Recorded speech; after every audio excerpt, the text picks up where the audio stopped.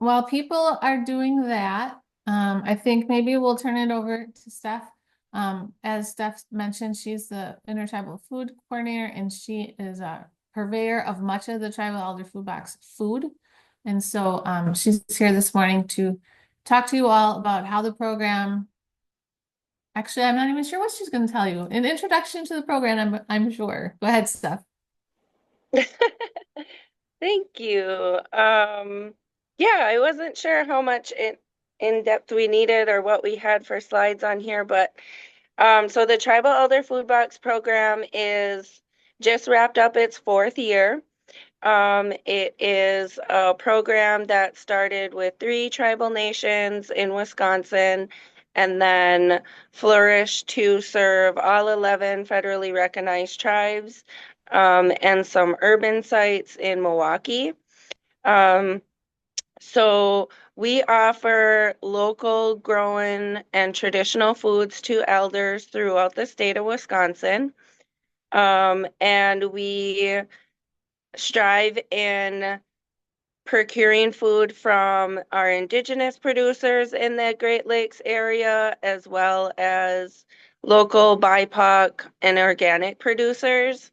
So we work really closely to with our producers to get high quality foods into our Tribal Elder Food Box program, which is distributed throughout the year from May until December. So we have 15 distributions total. They are bi-weekly, so 2 distributions a month, totaling about 4,000 boxes that we give out each month. So it is a large quantity. It is um, just just about to the point where we're kind of stressing out putting a taxation on our producers, trying to meet the 1,900, 2,000 unit quantity mark for our producers and for our box count. Um, so yeah, the Tribal Elder Food Box program just finished up its fourth year. We have our last distribution going out this week. Um, and it was a pilot program for the Great Lakes Intertribal Food Coalition. It really helped um, build up the Great Lakes Intertribal Food Coalition, which consists of all 11 nations within the state. So we work really collaboratively and intertribally with all 11 nations within Wisconsin to help understand the needs and address food insecurity and food sovereignty initiatives within our nations. So I think I'll say about that much for Tribal Elder Food Box. If there's any questions, you can let me know maybe after. I'm not sure. Yeah, let's have questions at the end of the session. But thank you, Steph. Dan, did you have anything to add about Tribal Elder Food Box? I think I'll just flow it into the next slide. Okay. So, Steph gave some of the basic background, and maybe on future sessions, if people are interested in some of the specifics, we could go into a little bit more detail. Part of why we felt it was very important to have Steph joining is, Stephanie is working with this year we had what, Stephanie? We had 36 tribal producers, right? Yeah, we're close to that mark. Yeah. We started off the first year with 4. And so to Mhm. see that growth from 4 to 36, when we talk about regional food business centers and how might tribes fit into that, I think, here's an example of, you know, to go from 4 to 36 is a pretty big jump within that amount of time. And of course, we have more than 4 producers in 2021 out there, but of people at a level of capacity to be able to participate. I think that's one of the challenging things. I'll say I myself am a producer and have been able to participate in the program. I just finished doing 1,911 bags of dried hulled hominy corn for the program, and that's a lot. It's a lot to do. It's a lot to package. if you don't have a factory or a packaging line, something to put labels on, it's just it's such a big scale that it's kind of intimidating.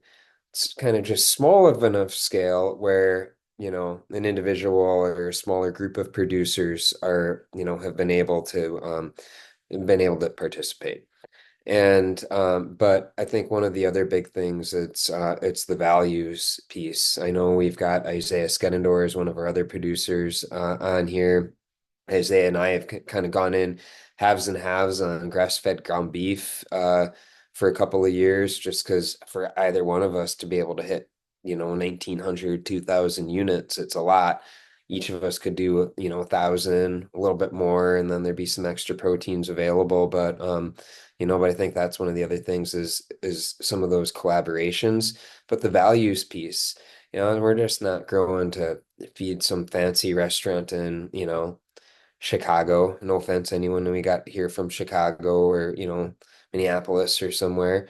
This is feeding our communities. It's feeding our elders. And I think that there's just a little bit extra motivation for that. And that's part of being able to, to see this growth and increase of part of why the program has been successful. And so moving on to one of the other big programs that we briefly wanted to cover today, the increasing land capital market access was one of the USDA programs out of the American Rescue Plan.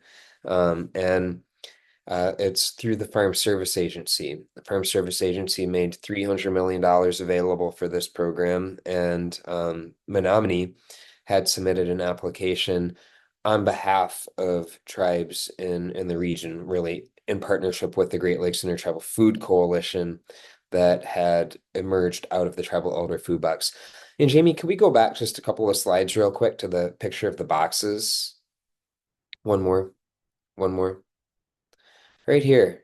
Here you can see the logo for the Great Lakes Intertribal Food Coalition. And, I think one of the other things as we're moving forward here is just looking at the models of how do we provide the coordination, provide the support, but, building to this Great Lakes Intertribal Food Coalition. And then, we saw the announcement for this grant was out about 2 years ago.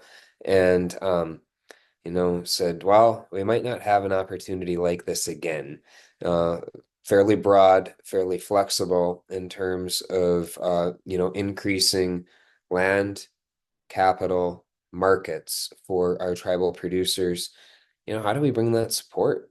And we're recognizing that capital and financing and loans have a pretty complicated and negative history in most of our tribal communities. But people still need resources. They still need support to be able to build operations and, to get more producers into efforts here like the Tribal Elder Food Box. We can go back to the program slide. And so we strategized, brainstormed, and really looked at if we went for a regional application, it would be up to 8.5 million. So we applied and we got the full amount. A little bit surprising, but it was exciting news, and they happened to have a press release of 4 selected projects, and the Menominee project was one of those 4 that was on that press release from USDA. And so what's in this 8.5 million? Well, there are 2 large funds within it, plus technical assistance. And the large funds, there's an inventory fund. And so this inventory fund is really intended, when with the Tribal Elder Food Box, the Great Lakes Intertribal Food Coalition, if we got tribal producers on the line here, if you're doing wild rice, that wild rice probably not going to be, once you get it all harvested, finished, and ready to go, there's a lot more demand than there is availability on that. And so being able to, to buy it, to be able to buy it then and have it available for the next year, or maple syrup. Producers probably want to ideally get a sale closer to the season. And so this inventory fund allows the purchasing of that product. It also provides flexibility to be able to enter into agreements with producers to be able to, let's say we've got someone that's going to be doing, let's just say squash. Three sisters squash, and they're going to do some dry beans and some indigenous corn. Well, we can enter into an agreement with them now and provide a partial payment in advance so that they can buy the seeds or buy the fertilizer, maybe some equipment, whatever they need to be able to be ready for the season. And so just trying to make that capital more available, more flexible, get it to people when they need it and not having to wait till, next October or September when harvest is coming in to get paid. So that's part of the intention with the inventory fund, and that's 3.17 million is available through that. Then there's another 3.17 million for a producer grant fund. And this is intended for intertribal food system efforts. Still determining if it's just limited to tribal elder food box producers or potential producers, or what those exact criteria are going to be. We're in the process of doing that right now. So if anyone has questions, input on that, we would welcome any of those thoughts. But this grant fund would not fund the entire amount of a capital request. It would more fund on average about 25%. So let's say you need to buy I don't know, a new canoe trailer for going and harvesting wild rice. It could fund a quarter of that. Maybe you could get some of the additional amount through the inventory fund of an advance. So, so trying to lower the challenges of for folks getting the resources that they need. And we're working right now on getting the plan approved through USDA to launch these producer grants, hopefully in the very near future. There's then some additional resources and support within this increasing land capital market access. In USDA, the acronym, USDA likes their acronyms. It's ILA, Increasing Land Access for short. So just like NRCS, Natural Resource Conservation Service, ILA for short on this one.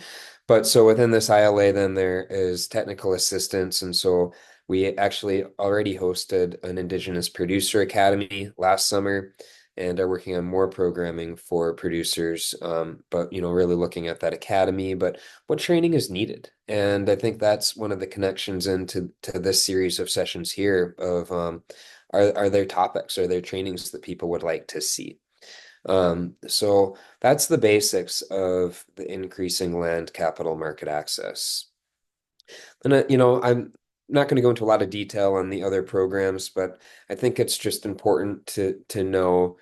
I've worked in technical assistance with USDA programs for a while, and we have a lot of people say, "Well, I just need $10 million for this." That's a little bit on the high side, but I need money to do any number of different things. I need support to do any number of different things, and I think one of the challenges within USDA programs and just other possible support programs, there's very seldom one single source that's going to be there that's going to meet all of your needs. And so the challenge is really understanding what are the different resources that are out there, and then being able to know roughly, what's the timelines on it? How long does it take to do something? And are there particular deadlines? For me, one of the great programs has been some of the conservation support through USDA's Natural Resources Conservation Service. And they'll take applications any time of the year, but they do have deadlines of where they'll start scoring these applications. And so just understanding the basics of that and what those programs can support. A lot of people don't know they could support something like a walk-in cooler, or even I've got a contract right now for a maple syrup evaporator through that conservation program. In order to be able to do that, I needed to have an on-farm energy assessment first. So, in the future, I think those are some of the topics that we're looking at including in the session here. But But yeah, would definitely welcome any questions and really the ideas. What would people like to see some training on? And then the last thing, related to this is we also have a train the trainer component built in. And if someone's out providing assistance, you're probably not going to be an expert in every single area, but it may be important to have at least enough basic information that then you can help to provide the connections to different people, to other, to more of the specialists in any particular area. So I do see a question in the chat box. Here in Arizona, we had something like the Grower Grant Fund that you're talking about. Flagstaff food link. I'll take a look at that. By the way, I'm coming to you today from Arizona myself. I'm down here for a meeting, but I'll thank you, Kara. I'll take a look at that. And then we'll cover some other areas in the future too. I know that there's like a Sarah Farmer Rancher grant. There's some rural development ones that are out there, and just trying to help to demystify a little bit of what's the process for applying, and then what other types of support may be needed. And Jen, I don't know if you want to say anything too of just more of any type of case management or other approaches that we're looking at of being able to provide the support that's needed. Sure. We've been talking about there's so many resources available. It's very, if you're not in it every single day all the time, it can get really overwhelming quickly for producers. And so what the Rural Food Business Center folks and Dan and I have been chatting about is a sort of a case management approach. So producers would kind of act as clients and we would kind of act as consultants, and there would be a one-on-one relationship. And if I was your consultant, or for lack of a better term, I know what you need. I'm helping you fill out forms. I'm tracking down people for you. I'm getting training. And it's a very interpersonal sort of case management approach. I think that is something that we have been discussing, and I think I would like to see Rural Food Business Center head that way for the at least for the tribal element. But next we are going to hear from Jamie and Julie about Rural Food Business Center specifically. So I'll let them to get to it. And yeah, and Jen, I just want to make one kind of closing comment with as we transition from the increasing land to the regional food business centers. And that note is that we've got the regional award here, the 8.5 million, but there's also a national award. The Intertribal Agriculture Council, as my understanding, has a $20 million award for this program. And they also have a $42.5 million national tribal business center. I know that I think Jen and I are going to be down at their meeting in Las Vegas next week, and excited to learn more about some of those programs and really looking at how might all of these efforts be able to connect and partner together. So just wanted to mention that there's a couple of the bigger national ones on the tribal side as well. Dan and Jen. So yeah, the demystifying resources and opportunities and trying to help create help people access as many of these resources as possible to build your business, your farm, your value-added product business. That's what we'd like to be doing here. And as Jen said, the kind of case management experience, that's what we're here for, to help get resources into the hands of the people who need it. So Julie and I will talk about the Great Lakes Midwest Regional Food Business Center. This is how one of the ways our lives intersect with Dan and Jen on this, as they are partners in this program as well. And I'll tell you a little bit more about what the regional food business centers are. So the USDA, the United States Department of Agriculture, developed these business centers across the country to drive economic opportunities into the region and create a more diversified and resilient food system. Through these business centers, again, across the country, so if you're in Arizona or you're in Michigan or you're in Wisconsin, there is a center to serve you. Producers will receive technical assistance with the goals of accessing new markets, so getting more local and regionally produced foods into the market and places where people can buy them, as access to various different resources, and assist small and mid-sized producers in overcoming the barriers that exist, whether it's in our systems or processes. They do exist. So there are 12 centers across the country. And as Dan mentioned, there is one dedicated to tribal producers. It's a national initiative led by the Intertribal Ag Council. And I see some folks on the meeting today that work for them. And so there is a center in your area if you're not in the Great Lakes Midwest. Dan, Jen, Julie, and I are working on this center, the Great Lakes Midwest Center, Wisconsin, Michigan, Illinois, and Indiana. And I saw some good messages in the chat. So thank you. Folks that are in Illinois are on this call too. So there will be resources for you. We can't do this work alone. So we have partners in each state and across the region, including the Menominee Nation, where we work, Center for Regional Food Systems, Northwest Indiana Food Council, the Food Finance Institute, and the Chicago Food Policy Action Council. So there, if you don't know the folks there and you want some introductions, I'm happy to help facilitate that.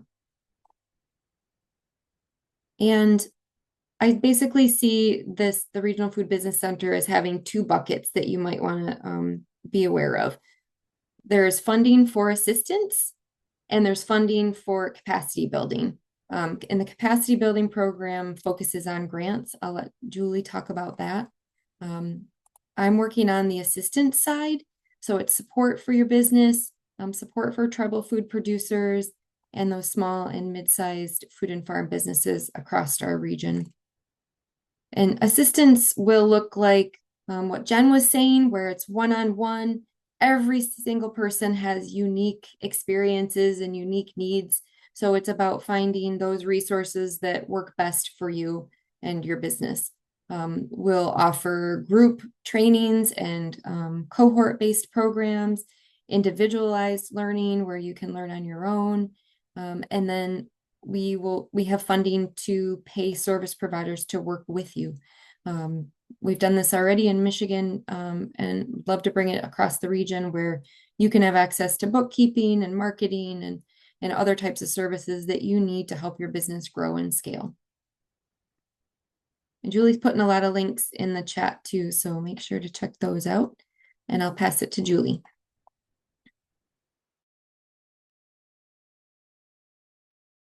Thanks, Jamie. Welcome everyone again. And I wanted to kind of talk a little bit more about the Business Builder Awards within the Great Lakes Midwest Regional Food Business Center. And this is focused on the 4 states, Indiana, Illinois, Wisconsin, and Michigan. And so if you are a small or mid-sized food business within that region, that's the basic building blocks of who we are focusing on. We're looking, go ahead to the next slide, Jamie. We're looking at opening the building capacity grants within the region. And these are focused on food and farm businesses. And it's an opportunity. One of the goals for the regional food business centers is to network and connect together. And that is how the capacity building program is designed to assist with that connection between you, your business, and either increasing your networking capacity, your sales network, and producer networks. And one of the things that the Regional Food Business Center for the Great Lakes Midwest region has focused on is leading with values. And so there's a set of values that we have articulated, and those values will be some of what we're looking for when we look at what kind of organizations we are looking to partner with. So that leads us into what's on the horizon. I know a lot of you have heard about the Business Builder grants that are coming, and we're going to launch in early 2025, and it'll go through 2027.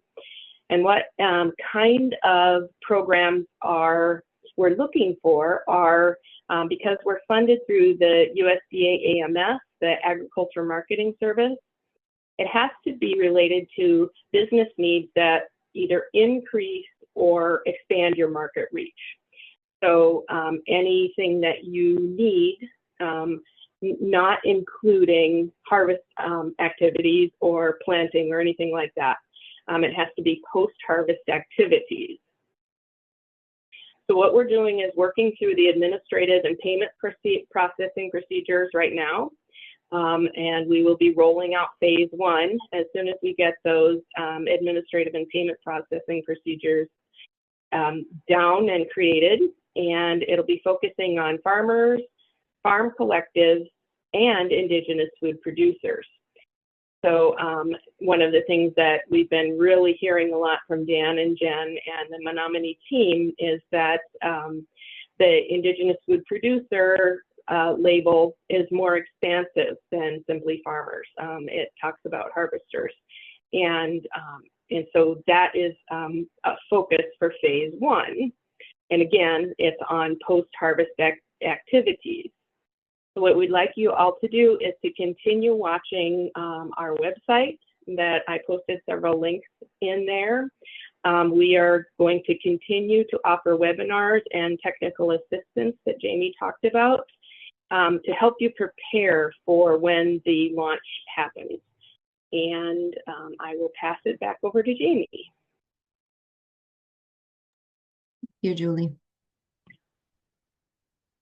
So as Jen mentioned, today is just a kickoff of us getting started and figuring out what we can offer in the future to best support tribal food producers. If there's information that we shared today that you want to come back and listen to, we'll share the recording. We'll also post it to our website.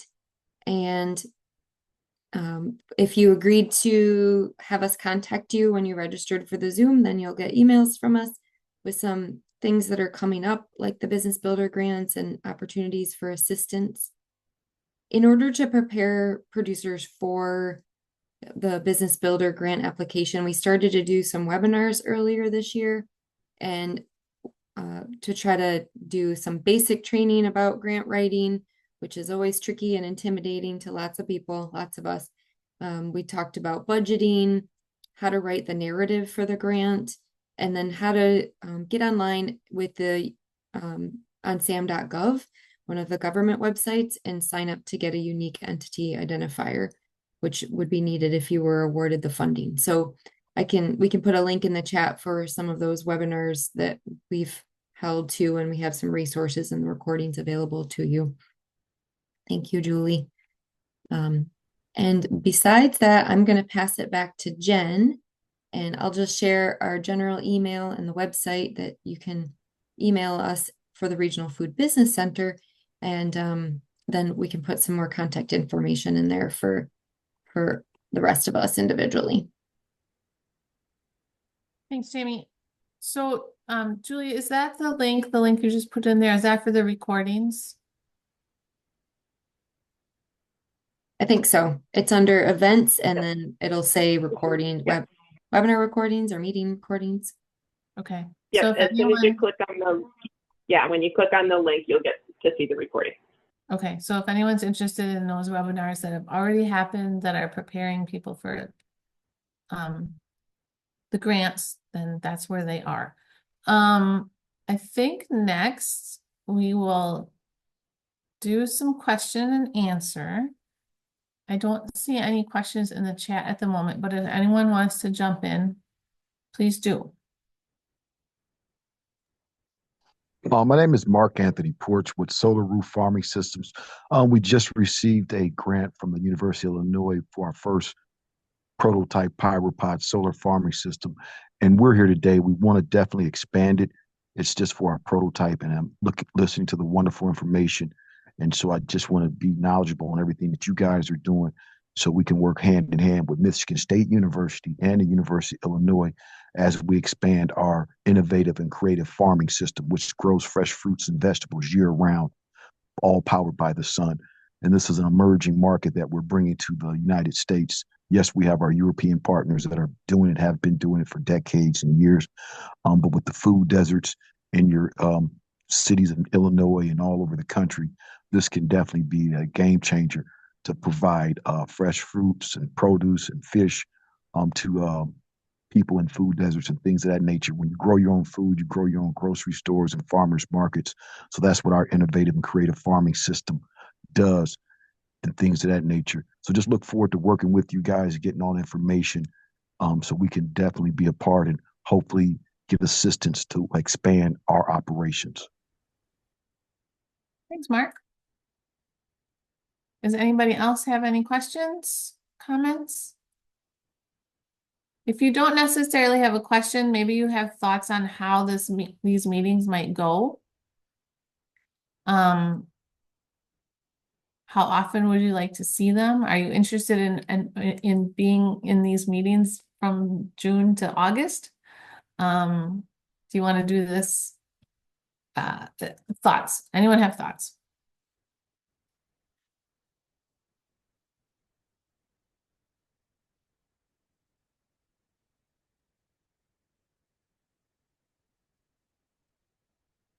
I see Kevin's comment. We have participated in the Tribal Elder Food Box program, and it's been amazing. It's also revealed pinch points in our ability to package and distribute. Would expansion of a packing facility be fundable by the Business Builder grant? I'm gonna let Jamie answer that, and Amber, Adam, if you have any thoughts, feel free to jump in. But while they think of that, of their answer, I'm just gonna say, me just finishing packing 1,900 bags of dried hominy corn and sealing them, and I know I should have had more another label on the back. Like, yeah, oh my goodness, 1,900. And if you don't, that's what I was saying at the beginning, without a facility. And so, there's some discussions even, intertribally, like, would we have one of those? Or I ordered the packaging machine that arrived the day that my order got picked up, but I don't even know how much that would have saved. I mean, it's just putting those labels on, sealing it, it's a really good point. And I know that's one of these topics I know that I've said, hey, this maybe could be a topic that if people are interested that we could cover. I know, Jen, I just been still so impressed with your label for your wood ash, and like, how do you design and print such nice looking labels? But yeah, Kevin, I'm going to turn it over to Jamie to answer that on the eligibility. Would you mind answering that, Julie? Yes, I was going to say, I'm I'll gonna jump in. pass it on, Dan. Yeah. The first answer is probably. It has to be related to post-harvest activities, and you would have to show that it would increase your either your market share. You have to draw a direct line from how this packing machine would increase your sales or increase your business. So initially, it's yes, but it has to. There are other eligibility criteria that would also apply. Kevin, any follow-up, any thoughts, anything you'd want to share on this topic? Yeah, I mean, it seems, well, let me take a step back. So my wife's on here as well, and she's the executive director of Zipa Mijwang Farm, which is owned by Little Traverse Bay Bands. And then we own Mishko Odeg Farm together. So we've been kind of operating between those two organizations and also collaborating with a lot of other tribal producers, local producers, like you name it. And so we hear and see and feel a lot of the same kind of difficulties, especially when it comes to infrastructure in these communities. And unfortunately, like as far as grants go, building infrastructure is typically really hard to get funded. So we're always looking for creative ways to try and find, an opportunity to, I don't know, build the building that will buy the equipment. Seems like a lot of grants buy equipment, right? So Yeah. anyway, that's So Kevin, that's where we're at. Hmm? That's Kevin, where one we're of at. the things that, go ahead. Oh, I'm done. Okay. I just wanted to point out, one of the things that we have to be really careful of, though, is it can't be construction in any way. It can't be anything that breaks the ground or that would require a NEPA review for the EPA. So that would disallow it if it happened to be something related to construction. But if it's not related to construction, it does qualify. And Kevin, this is kind of where Jen's, talking about the case management approach. Like, pretty much every case is going to be a little bit different, and there's going to be some similarities of within different, areas. But, I mean, just kind of thinking of possible solutions on this particular area. Potentially, if you were doing your own facility, the increasing land, the producer grants there might be able to help to provide a portion. And we are working to navigate through land acquisition as a component. Maybe that only be 5-10%, because it'd be a larger request. But then I can also say there could be some other possible resources out there. USDA value added producer grant is not going to pay for the equipment, not going to pay for, at least hard to pay for the equipment, not going to pay for your infrastructure costs, but it can pay for your packaging, and so it can offset. And then the Farm Service Agency has very low interest rate storage loans that can go towards processing. But I know that taking up more financing and more debt is tough. Nonprofits can qualify for the Rural Business Development Grant through USDA Rural Development, and you know, I forget if it's 500,000, maybe the max, 3 or 500 is the max, but you get more points if you're below 100,000. And that can help to fund some of that infrastructure, but it's more nonprofits and kind of pass through. There's some other complexities within that one. So it's helpful maybe for Ziba Majoing would probably not have too much problems doing it. An individual business would need to look for partners. So, that's just kind of, there's several other possible opportunities out there, but right now we're just these type of discussions and just what's the need, then we can help to look at connecting the resources to meet those needs. Well, it's really great to And hear all this commentary. I'll just say that because it's reassuring in part because I think some of the same ideas have been floating around our specific little microregion here, and there's been a lot of talk about a case management approach. So I'm really really grateful to see that that's getting some traction and some wheels somewhere. Well, just even the discussion, I mean, maybe, Yeah. maybe some of this, I mean, you're already talking to folks in the region, in your local area, but yeah, sharing ideas, or maybe just looking at other, forms of collaboration. I know for myself, of doing all that whole hominy corn, thinking, man, almost need like a beer brewing equipment for for cooking, because you've got such a temperature control in that. I'm using big kettles and stuff in a commercial kitchen, but I'm sure other people have some some background and ideas there. But like, how do you even put together like the types of equipment to do some of that type of the value added processing? And I've seen, Jamie, it looks like we've got other input on production and soils and cover crops, and those are some other areas that we've got some related projects that maybe could present a little bit more in that in the future too. Hi, Dan. This is Wendy Whelan from MSU Extension. I just got out of a meeting with USDA Rural Development here in Michigan, and it's just a little side note. it looks like when the USDA VAPG comes out, they're talking seriously about increasing the quote unquote equipment funding level that's always been in a USDA grant to 10,000 instead of 5,000, and actually really funding some what was termed food safety equipment. So stay tuned, because the regulation is still pending and not out yet, but it looks like they're targeting sometime in January to have the regulations updated and out, and maybe somebody can get a little bit of money for food safety equipment, whatever that is. Thank you. That's a really good update. And yeah, difference from, 5,000 to 10, definitely, definitely could be helpful in some of those instances. All right, thank you. I'm trying to keep track of all the chat that's happening. There's a lot, so that's very exciting. People are connecting already. Any other questions or comments about what this meeting could be?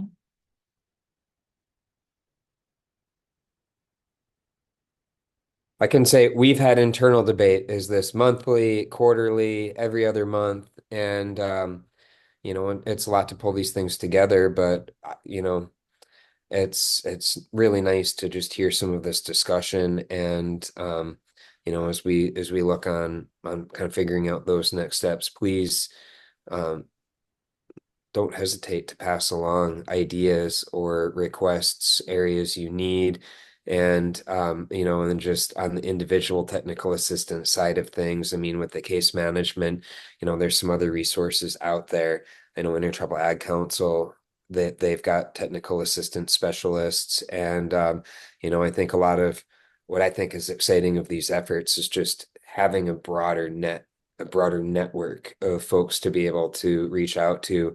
I know when I started, it was kind of just, all right, go hit the road, and, you just take time building up connections. And I think compared to way back when, the connections are a lot stronger now, and there's just been a lot of growth of so many more tribal producers, um, in the past 10, 15 years. So it's really exciting time.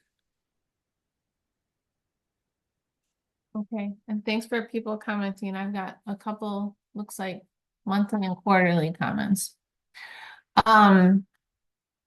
Jamie, you were looking at the trends. Can you share I'm kind of putting you on the spot, but share just a little bit about who is on the Zoom and what kind of production we're looking at from the poll survey information that we can't share with you because it was open-ended questions. So she'll have to review it for us. It doesn't, when you do the open-ended questions, I guess it doesn't do the little cute little response where I can share that to my screen. It's an ugly Excel spreadsheet. So I can read back to you.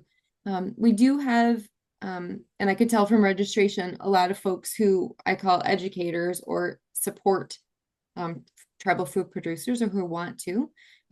So we do have a good group, and I would just say that, I think I put it in the chat, if you have an interest in engaging more with us on what we're going to be offering, whether it's monthly, quarterly, or somewhere in between there, I would say please reach out to us. We also have diverse organic vegetables and flowers, seeing pie pumpkins, and solar greenhouses, wild rice, white corn, and then those are the folks on what they grow or produce or harvest question we did. And then we also asked what information should we include in these sessions. Sounds like somebody would like more information about proteins, grains, and produce. So maybe on the production side, I'm not sure. Soil management was another topic. And someone else says, what native foods can be incorporated? I wonder if that was specific to the Tribal Elder Food Box. And then the folks that are educators and support tribal food producers are interested in what more they can do. So that could be another something that we work on too. We do want these spaces to be open for the producers themselves to learn together, teach each other, teach us, and have a space to ask questions. And for the educators, as you know, as I mentioned earlier, the trainer, I mean, that's just another area. And I will say for the Indigenous Producer Academy that we did last summer, we had a business session and we broke everybody up into groups, and we had these hypothetical scenarios for different types of production, and kind of centered it on an activity that we used to do with the Intertribal Agriculture Council when I was there several years ago. We had worked with youth on doing youth loans. And so for this activity, we had each group put together a basic loan application and gave them some of the basic numbers, but then had them kind of figure out the rest. So doing at least the beginnings of balance sheets and projections, and so that's something too on the train the trainer side of things, that looking at expansion of those type of approaches, because then you can also plug in what other different programs can meet some of those needs. So that's something in the works.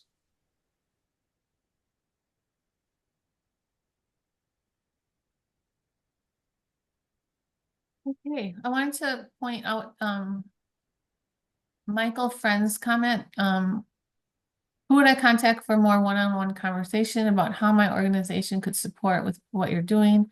I work with the community college in Lake County. We are developing an urban ag program, also trying to organize a network of local food producers in the county. I'd love to support this work, but I don't want to take up too much time. That's what we're here for, take up time. Anybody have any north of Chicago, Lake County connections right here on the Zoom? Well, I'm born and raised in Peoria, Illinois, Michael. I look forward to There we meeting with you. go. Our team in Chicago, from Cairo to Chicago, we look forward to working with you, and things of that nature, from the educational standpoint to actual food to table. I work with young people every day, and education is in the forefront of everything we do. And we have to train the trainers. It's like our new innovative and creative system. We can't have people coming in our system that are not trained and have the knowledge of our farming system. So, Michael, I would love to connect with you here very soon. If you can give me your cell phone number in the chat, I would definitely give you a call. Thanks, Mark. I'll send that to you. Did we happen to maybe meet at Prairie Crossing? I wasn't there. The last big thing I was at the second annual Black Farmers and Growers Lobby Day in Springfield. And just recently, we just got awarded a grant this time last year, from the Illinois Community College Board for K through 12 agriculture education. So we're on the same page, Michael. We might have met, don't remember, but moving forward, we definitely need to be in contact. Awesome. I'll message you my information. Thank I you, would sir. say for both of you, a resource to think about is NRCS has the Urban Agriculture and Innovative Production Grant. Might be something to take a look at, because it's one of the more flexible sources of funding that NRCS has rolled out that you could use for, both of those respective projects that you've talked about. Awesome. Could you send me the link or the information for that? Yeah. And in response to some of the comments back and forth with Gina in the chat too, I did not mention, but in the upcoming months, we'll roll out a registration form for service providers. So if you're someone on this call who could provide a service to food and farm businesses across the Midwest, there'll be a registration process for you to sign up so you can provide that technical assistance. So if you're a nonprofit, for-profit, you can sign up. And we'll look for people who can offer creative education and creative strategies to try to help like basic business acumen and help get, again, those products into the market.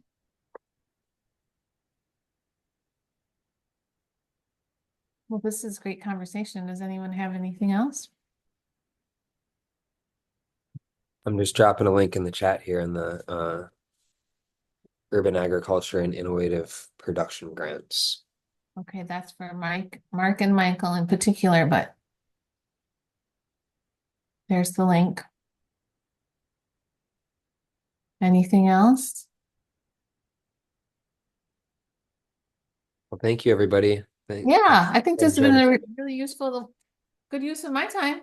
I hope it was a good use of your all's time.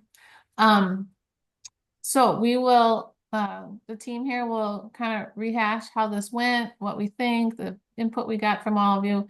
If you have more input, email us. You have the link to the Rural Food Business Center webpage now.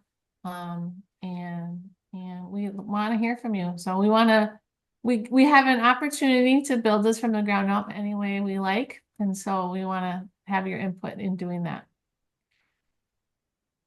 Have a great day. Thanks, everyone. Thank you. Thank you. Wonderful. Thank you.